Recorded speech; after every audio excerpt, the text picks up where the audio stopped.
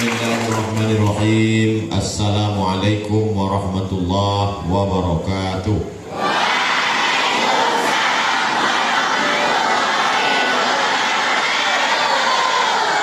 Dari bunyi sambutan salamnya nampaknya habis makan. Alhamdulillahirabbil alamin. Allahumma sholli ala sayyidina Muhammad wa ala ali sayyidina Muhammad.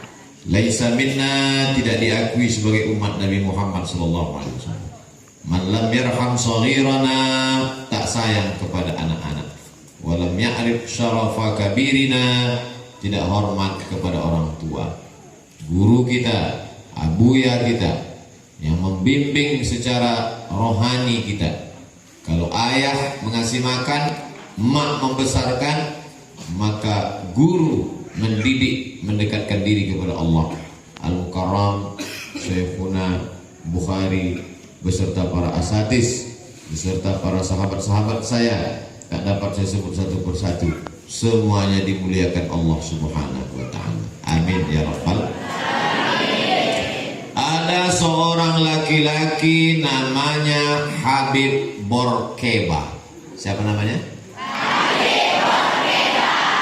Suatu hari Habib Bourguiba di depan televisi membuka air minum. Kepada seluruh rakyatku, marilah kita minum bersama-sama. Kira-kira ngajak orang minum di depan TV boleh apa tak boleh? Boleh apa tak boleh? Boleh. Ngajak orang minum. Kepada seluruh rakyatku, kata Habib Bourguiba, mari kita minum. Tak salah. Yang jadi masalah siang Ramadan. Siang-siang bulan puasa, acara live langsung di TV nasional. Kata Habib Bourguiba, mari kita minum, karena puasa ini hanya menghilangkan etos kerja. Pegawai-pegawai karyawan yang ada di pabrik-pabrik minyak zaitun badannya lemas, tak bekerja. Karena pekerja lemah, maka akhirnya ekspor impor kita jatuh, income negara tidak lagi masuk. Maka dengan ini saya mengajak semua rakyat, mari kita minum bersama-sama. Akhirnya apa pula tepuk tangan? Ngajak minum bulan puasa. Akhirnya Allah Ta'ala menghukum Habib Bourguiba. Habib Bourguiba digulingkan, diganti dengan presiden yang baru, namanya Presiden Ali Zainal Abidin. Ali Zainal Abidin pun ketika datang angin puting beliung, tumbang, terjadi revolusi yang luar biasa. Negara yang saya ceritakan ini bernama Tunisia. Letaknya di Afrika Utara. Mesir, Libya, Tunisia, Aljazair, Maroko, Samudra Atlantik, Andalusia, Real Madrid, Barcelona.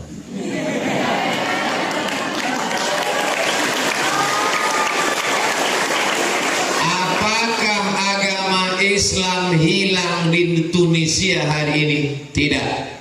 Presiden zalim, aniaya, benci Islam, benci Ramadan. Hari berganti, musim berubah, tapi Islam tetap kuat di Tunisia. Apa yang menyebabkan? Karena ada pesantren namanya pesantren Zaituna. Apa namanya? Zaituna. Yang sekarang sudah jadi universitas, namanya Universitas Zaituna. Mudah-mudahan salah satu dari adik-adik dapat beasiswa dari Zaituna. Lalu kemudian di seberang Andalusia, di seberang Tunisia, habis itu Aljazair. Aljazair dijajah oleh Prancis. 150 ton emas yang dipakai oleh Prancis untuk menghancurkan 3 negara, Tunisia, Aljazair, Maroko. Diceritakan oleh ulama besar Al-Azhar dari Kairo, Mesir, bernama Syekh Muhammad Al-Ghazali. Syekh Muhammad Al-Ghazali punya murid itulah ketua Ikatan Ulama Dunia sekarang, namanya Syekh Yusuf Al-Qaradawi.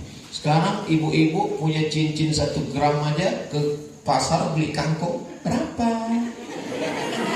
150 ton emas. 1 gram emas harganya lebih kurang 1 juta berapa gitu. Tapi karena kita udah lama kenal, 1 juta aja lah. Bayangkan 150 ton. 1 ton itu 1000 kilo. 1 kilo itu 1000 gram. 1 on itu 100 gram. 1 gram itu 1 juta. Bertriliun-triliun. Apakah Islam hilang di Aljazair? Tidak. Kenapa? Karena ada pesantren. Di Aljazair itu banyak sekali pesantren. Di antaranya adalah salah satu dari wali Allah Subhanahu wa ta'ala. Di antara orang Mesir, Al-Azhar yang pernah dikirim ke Aljazair, namanya Syekh Muhammad Mutawalli Asy-Sya'rawi. Siapa namanya? Syekh Muhammad Mutawalli Asy-Sya'rawi.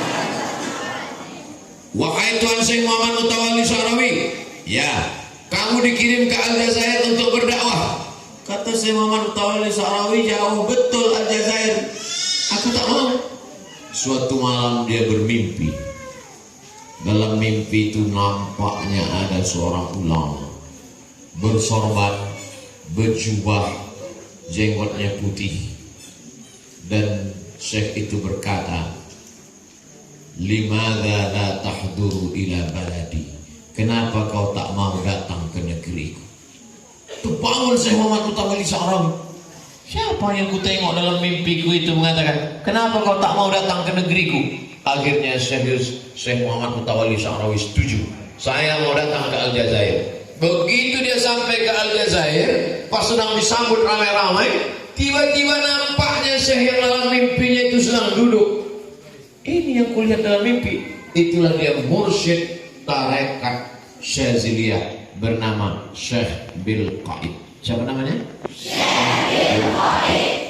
Pemimpin sampai hari ini sudah meninggal dunia, dilanjutkan oleh anaknya. Hanya saja istilah pesantren di Aljazair itu tidak namanya pesantren, namanya zawiyah. Lain Padang, lain Belalang, lain Lubuk, lain ikannya, lain tempat, lain namanya. Di Jawa pesantren, di tempat kita namanya dayah. Kalau di daerah Melayu namanya pondok, tapi isinya sama, sawaun alaihim. Ansar tahu tak masuk. Sampai hari ini masih adakah penjajahan di atas dunia? Penjajahan di atas dunia harus dihapuskan karena tidak sesuai dengan pri kemanusiaan dan pri. Masih ada 2 pulau yang dijajah. Satu nama pulaunya Septa, satu lagi nama pulaunya Melillia. Satu nama pulaunya Septa, satu lagi nama pulaunya Melillia. Yang menjajahnya adalah Spanyol. Spanyol itu di samping Portugis atau disebut juga dengan Portugal. Portugal itu nama negara, bukan singkatan dari Persatuan Orang Tua Gatal.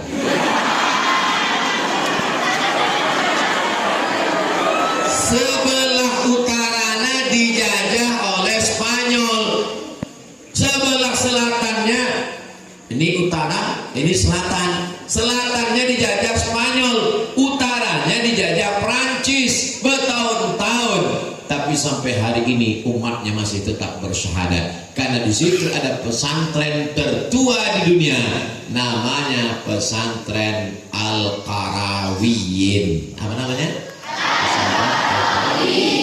Kenapa Ustaz Somad dari tadi setiap menyebut nama, setiap menyebut pesantren diulang-ulang? Karena supaya lekat di kepala, karena akan masuk UAS, ujian akhir semester.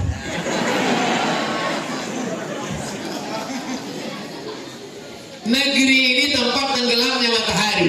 Tenggelamnya matahari itu bahasa Arabnya maghrib, maka disebut negeri itu negeri maghribi. Karena orang barat susah menyebut maghrib, akhirnya ditulis M-O-R-O-C-C-O, Maroko. Mesir, Libya, Tunisia, Aljazair, Maroko. Kebetulan saya 2 tahun tinggal di Maroko. Ustadz kuliah di mana? Saya kuliah di Maroko, Pak. Dekat dari Merauke. Merauke di Papua, Irian Jaya. Maroko di Afrika Utara. Dan di sana pernah penjajahan luar biasa. Tapi sampai hari ini Islam masih tetap berjaya karena ada pondok pesantren. Sekarang datanglah seorang dari Prancis, namanya Napoleon Bonaparte. Siapa namanya? Napoleon Bonaparte. Masuk dia ke dalam Al-Azhar naik kuda, dipijakkannya sepatu kulit yang sampai ke lutut dengan angkuh dan sombong. Ditangkapnya semua ulama-ulama, dibariskannya di Al-Azhar. Bariskan semua. Setelah ulama dibariskannya di Al-Azhar dengan gagah perkasanya dia, diambilnya mesin listrik. Setelah itu disetrumnya ulama. Terkejut ulama itu. Dia mengatakan, inilah peradaban barat yang baru. Prancis menjajah Mesir, Inggris menjajah Mesir. Tapi sampai hari ini apa yang terjadi? Apakah akidah orang Mesir berubah? Tidak, karena di sana ada pesantren tertua, namanya pesantren Al-Azhar. Dan yang di depan ini adalah alumni Al-Azhar. Saya umur lahir 1977, sekarang 2022, berarti sudah umur 45 tahun. 20 tahun sebelum saya sampai ke Al-Azhar, sudah ada orang yang tamat dari Mesir. Itulah dia guru kita Al-Mukarram, Syekh Bukhari. Guru kalian semua, guru kita semua. Tapi kami tak merasa jauh dengan beliau, walaupun jarak umur kami 20 tahun, macam sebayanya. Begitulah dia bisa menurunkan bahasanya, menurunkan egonya, menurunkan keangkuhannya, sehingga hubungan kami bisa dekat. Mudah-mudahan bersama di Darul Iman, bersama pula di surga. Mesir, Libya, Tunisia, Aljazair, Maroko, semua negeri ini bisa bertahan karena pesan. Ada seorang laki-laki namanya Omar Mokhtar. Siapa namanya? Omar Mokhtar. Omar Mokhtar melawan penjajahan Italia. Presiden Italia yang menjajah Libya namanya Mussolini. Siapa namanya? Mussolini. Mussolini dengan bedil besi, dengan pistol, dengan mobil tank. Sementara Umar Mokhtar dengan senapan angin dan naik kuda, naik onta. Akhirnya Umar Mokhtar ditangkap. Waktu Umar Mokhtar ditangkap, ditanya, "Hei Umar Mokhtar, ya, kami pakai bedil, senapan mesin, kau pakai senapan angin. Kami pakai tank, kau pakai kuda. Apa yang membuat kau tak takut melawan kami?" Apa kata Umar Mokhtar? Allah hanya menyuruh aku berbuat, hasilnya serahkan kepada Allah. Bismillahirrahmanirrahim. La haula wala quwwata illa billah. Akhirnya Umar Mokhtar digantung sebagai syahid. Sampai hari ini yang dikenang dalam sejarah Islam, Umar Mokhtar sebagai seorang syuhada, dan dia dibesarkan di lingkungan pesantren yang ada di Libya.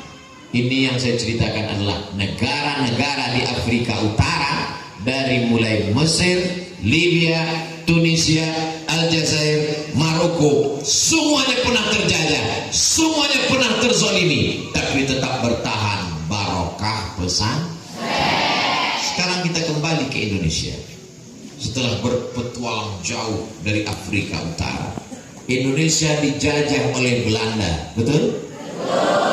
350 tahun. Setelah itu Belanda pulang, tinggal teror Belanda. Setelah itu datang Jepang 3 tahun setengah, betul?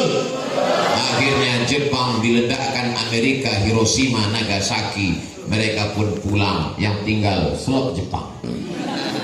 Dan kita dengan bangga, Bung Hatta bersama Presiden Soekarno, Bung Hatta dengan ini memproklamasikan kemerdekaan Indonesia atas berkat rahmat Allah dan keinginan luhur bangsa Indonesia. Kita pun merdeka. Belanda masuk, Jepang masuk, Portugis masuk, Inggris masuk. Apakah orang Indonesia hari ini beralih dari Islam? Tetap asyhadu an la ilaha illallah wa asyhadu anna Muhammadan Rasulullah. Kenapa? Karena di Nangro, Aceh, Darussalam masih ada daya-daya. Di Jawa, pondok pesantren. Di negeri Mandailing, Natal, masih ada pondok-pondok. Yang rata-rata pondok-pondok ini sudah ada sebelum Indonesia merdeka 1945. Mana yang lebih tua, Dayak atau Indonesia? Ya, ketika PKI bergejolak, yang mereka bunuh ulama. Kenapa mereka bunuh ulama? Karena mereka tahu umat ini adalah mobil, mesinnya adalah ulama. Ada gunanya mobil kalau mesinnya tak hidup? Mau adik-adik dikasih mobil, tapi mesinnya tak ada. Itu apa? Umat ini tak bergerak kalau tidak ada ulama. Dan ulama dicetak di pesantren. Kalau pesantren ini hancur, maka Indonesia ikut hancur. Belanda terusir karena pergolakan di Surabaya tanggal 10 November. Allahu Akbar.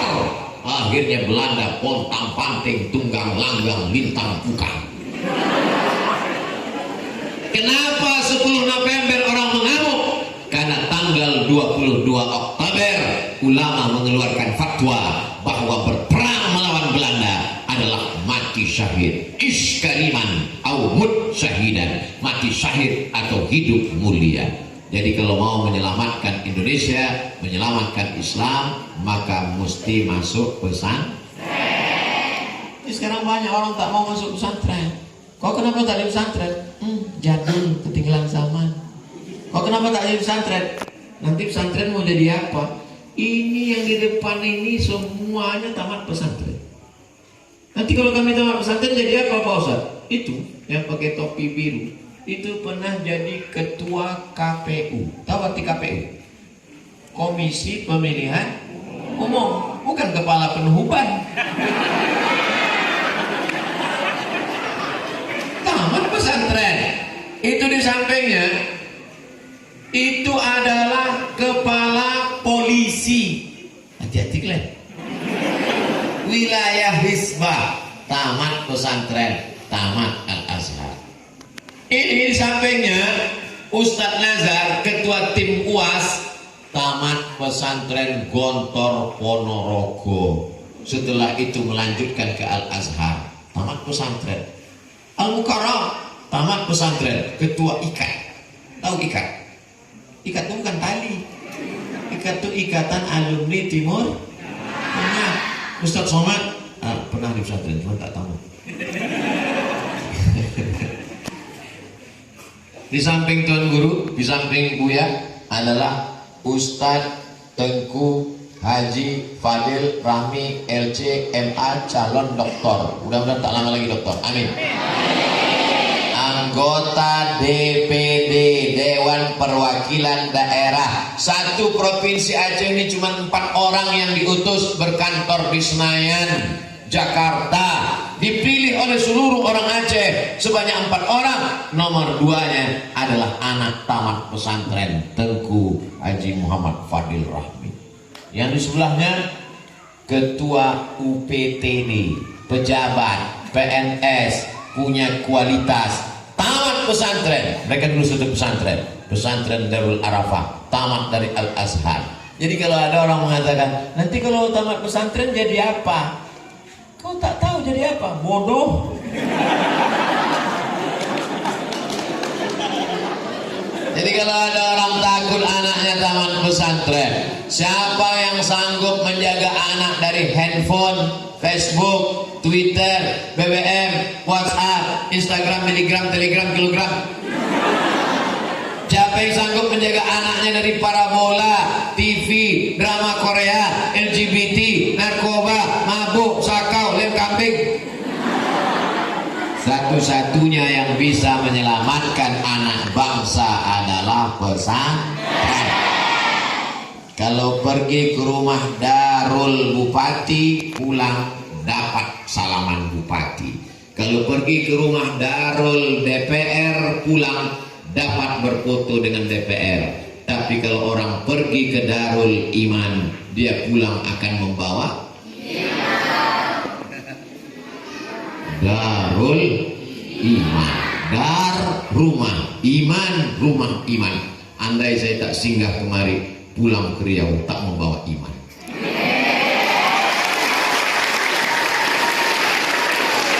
Kita ini nanti kalau pulang menghadap Allah yang dibawa apa? Punya rumah yang besar, apakah dibawa? Punya mobil yang mahal, apakah dibawa? Tidak bisa mobil dibawa, kasih kredit. Tidak ada yang dibawa. Yang dibawa adalah iman.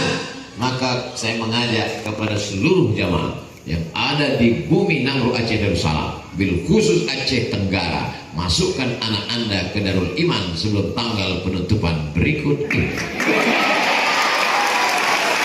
Pesantren Darul Iman tidak kekurangan murid. Pesantren Darul Iman yang mendaftar 200, yang diterima 100, fit and proper test. Pesantren Darul Iman tidak menerima bekas-bekas mustakmal yang ingin melamar. Betul-betul fresh. Kalian adalah anak-anak yang sudah lulus iman, Islam, ihsan, belajar dengan benar, punya ijazah formal, SMP dan SMA, baca kitab oke, baca Quran mantap, dapat beasiswa dari Universitas Al-Qarawin Maroko. Amin. Dapat beasiswa dari Al-Azhar Kairo. Amin. Belajar ke Al-Ahqaf Darul Mustafa Tarin Hadramaut bersama Habib Umar bin Hafiz. Amin. Anak-anakku, terbanglah kalian sejauh mata memandang. Di hari petang kalian akan tetap pulang, karena kalian tahu di mana letak sarang. Letaknya di Aceh Tenggara. Allahu Akbar. Nanti kalau pulang jadi apapun kalian, pesan Ustaz Somad, selamatkan dakwah perbatasan. Karena banyak dai yang tak sampai ke perbatasan. Nanti bangun pondok pesantren di perbatasan. Anak yatim, fakir, miskin, du'afa, ajak orang ke jalan Allah, sedikit banyak mengalir juga pahalanya setetes dua tetes ke kubur Abdul Somad. Amin. Nanti kami jadi apa Pak Ustaz? Tinggal kalian pilih. Aku mau jadi kepala UPTD, konsultasi. Aku mau jadi anggota DPD, konsultasi. Aku mau jadi KPU, udah pergi. Aku mau jadi pimpinan pondok pesantren, ada. Aku tak mau lah jadi ustad, tak usah. Jadi ustad ini berat, biar aku aja.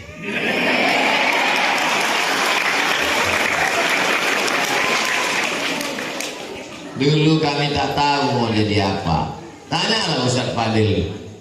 Pernah kepikir waktu Ustaz Fadil di pesantren Eropah dulu akan tamat dari pesantren, lalu kemudian ke Al-Azhar Mesir, lalu kemudian menjadi anggota DPD, berkantor di Senayan, naik pesawat dari Banda Aceh, lalu dari Cengkareng pulang lagi ke Banda Aceh, naik pesawat. Pas kenalan sama orang, abang tinggal di mana? Jakarta. Tinggalnya di mana? Di Senayan. Oh, DPD. Iyalah, apalagi punya mobil dinas, rumah dinas, bini dinas. Mau kalian jadi anggota DPD? Kami ini perempuan Pak Ustaz. Kami bisa apa? Kalian akan jadi istri gubernur. Wah, orang ini semua. Masya Allah, tabarakallah. Gantungkan cita-citamu setinggi bintang di langit, tapi kakimu tetap menginjak di bumi. Artinya apa? Tawaduk dan rendah hati. Jangan sombong. Tak tahu kita bagaimana keadaan orang 20 tahun akan datang. Tiba-tiba nanti ketika Abdul Somad datang ke Aceh Tenggara tahun 2042. Sekarang 2020 tahun lagi, 2042 pas datang, tiba-tiba datang. Assalamualaikum Ustaz Somad. Kau siapa? Saya Menteri Kelautan. Dari mana? Saya dari Aceh Tenggara. Kok kenal sama saya? Dulu waktu Ustaz Somad datang ke Darul Iman pas malam-malam, saya waktu itu kelas 1 SMP. Di mana kau dulu? Di belakang-belakang dekat tiang. Biasa.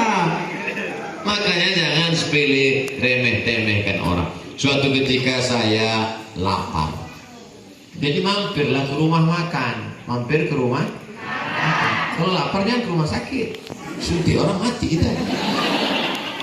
Pas saya sedang makan, datanglah orang, saya tengok wajahnya kenal. Kawan sekolah dulu. Cuma ayo makan. Kami belum makan lah. Pas selesai makan mau bayar. Pas mau bayar ke kasir, apa kata kasir? Mohon maaf Pak, nggak usah bayar. Kenapa nggak bayar? Yang Bapak makan sama di meja itu yang punya rumah makan. Rupanya kaya dia. Mobilnya mewah, pegawainya 10 orang udah dibawanya umroh ke Makkah. Tukang pijitnya pun dibawanya ke umroh. Mobilnya saya tengok, saya agak-agak berbisik tanya, kok kaya kali? Iya. Berapa tuyul kau?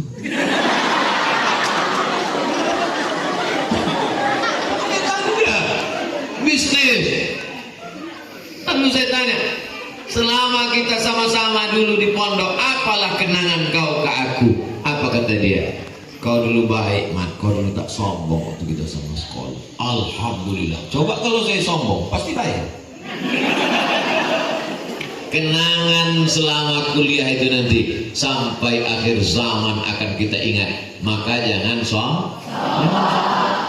Walaupun ada di antara kalian mungkin duafa, ada kawan kita yang ayahnya meninggal, jangan sombong, tak tahu kita nasib orang. Jangan berharap pada yang ada, jangan putus harap pada yang tak ada. Jangan berharap pada yang ada, jangan putus harap pada yang tak ada. Apa maksudnya? Kalau ayahmu tak ada, emakmu tak ada, hartamu tak ada, jangan putus harap karena masih ada Allah. Allahu Akbar. Kalau ayahmu kaya, jangan terlalu berharap nanti ayahmu ditangkap KPK. Kalau emakmu kaya, jangan berharap nanti ayahmu dilarikan pelakor, dia stres, mati. Laisal fata may yaqulu kana abi. Orang yang gagah perkasa dia tidak akan berkata bapak saya. Walakinnal fata may yaqulu ha ana dza. Dia akan berkata inilah saya. Maka tunjukkanlah prestasi, jangan tunjukkan sensasi. Insya Allah yang di hadapan saya ini adalah anak-anak yang berprestasi. Apalah gunanya Ustadz Somad menceramahi kami ini? Ibarat menanam satu tanaman. Kalau saya tanam pohon kurma, besok pagi saya tengok hasilnya. Tidak, dia akan berbuah 3-5 tahun yang akan datang. Mungkin saya akan mati dalam 2-3 tahun ini. Tapi insya Allah buah manisnya akan dimakan orang buka puasa. Allahumma laka sumtu wa bika